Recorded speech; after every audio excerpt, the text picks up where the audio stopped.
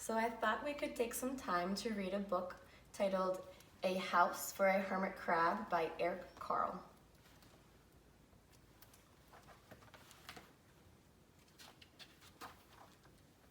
Time to move, said Hermit Crab one day in January. I've grown too big for this little shell.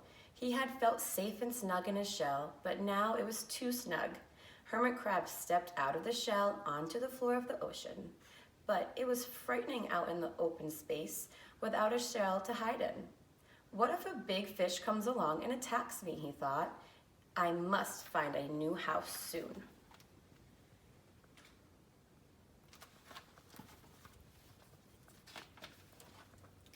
Early in February, Hermit Crab found just the house he was looking for.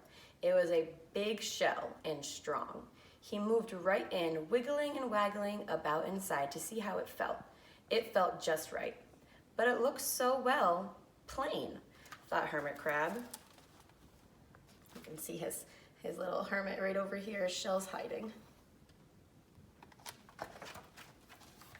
In March, Hermit Crab met some sea anemones.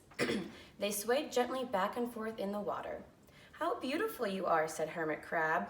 Would one of you be willing to come live on my house? It's so plain, it needs you. I'll come, whispered a small sea anemone.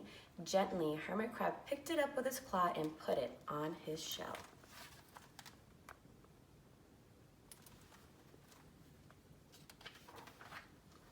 In April, Hermit Crab passed a flock of starfish moving slowly along the seafloor. How handsome you are, said Hermit Crab. Would one of you be willing to decorate my house? I would, signaled a little sea star. Carefully, Hermit Crab picked it up with his claw and put it on his house.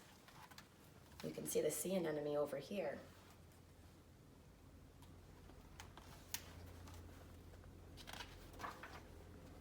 In May, Hermit Crab discovered some coral. They were hard and didn't move. How pretty you are, said Hermit Crab. Would one of you be willing to help me make my house more beautiful? I would, creaked a crusty coral. Gingerly, Hermit Crab picked it up with his claw and placed it on his shell. Oh, I see the starfish.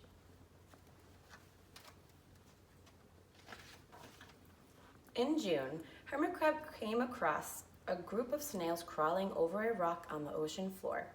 They gazed as they went, picking up algae and bits of debris and leaving a neat path behind them. How tidy and hard-working you are, said Hermit Crab. Would one of you be willing to come help clean my house? I would, offered one of the snails. Happily, Hermit Crab picked it up with his claw and placed it on his shell.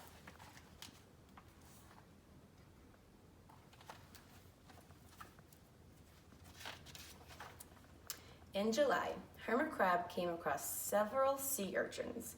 They had sharp, prickly needles. How fierce you look, said Hermit Crab. Would one of you be willing to protect my house? I would, answered a spiky sea urchin. Gratefully, Hermit Crab picked it up with his claw and placed it near his shell.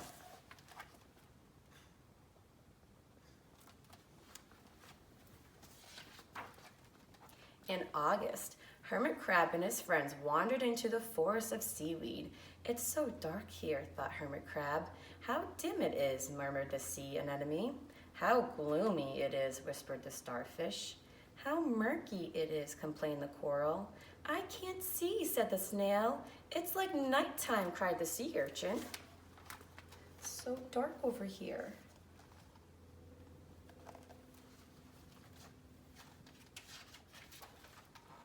In September, Hermit Crab spotted a school of lanternfish darting through the dark water. How bright you are, said Hermit Crab. Would one of you be willing to light up our house? I would, replied one lanternfish, and it swam over near the shell. You can see the Hermit Crab's shell is getting pretty full over here.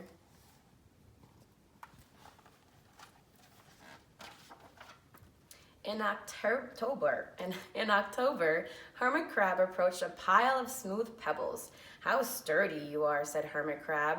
Would you mind if I rearranged you? Not at all, answered the pebbles. Hermit Crab picked them up one by one with his claw and built a wall around his shell. Now my house is perfect, cheered Hermit Crab.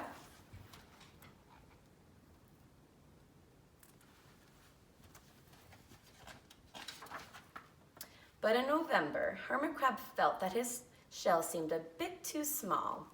Little by little, over the year, Hermit Crab had grown. Soon he would have to find another bigger home. But he came to love his friends and the sea anemone, the starfish, the coral, the sea urchin, the snail, the lanternfish, and even the smooth pebbles. They have been so good to me, thought Hermit Crab. They are like family. How can I ever leave them?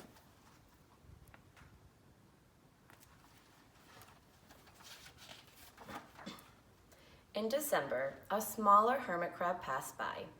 I have outgrown my shell, she said. Would you know of a place for me? I have outgrown my house too, answered Hermit Crab. I must move on. You are welcome to live here, but you must promise to be good to my friends. I promise, said the little Hermit Crab.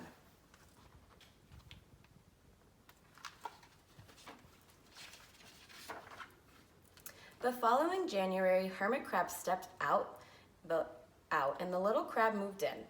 Couldn't stay in the little shell forever, said Hermit Crab as he waved goodbye. The ocean floor looked wider than he had remembered, but Hermit Crab wasn't afraid. Soon he spied the perfect house, a big, empty shell. It looked, well, a little plain. But sponges, he thought, barnacles, clownfish, sand dollars, electric eels. Oh, there's so many possibilities. I can't wait to get started.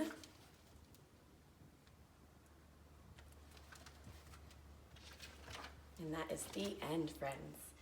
You know, as I was just reading that book, it made me think of a time, sometimes when I outgrow my clothes, I give them to people who don't have them. So sometimes you might see little drop boxes and you can put all your clothes that you outgrow and shoes and anything, and you can donate them, which is similar to what the hermit crab did to the little crab that he stumbled upon. That made my heart really happy to read. I hope you enjoyed it. Bye.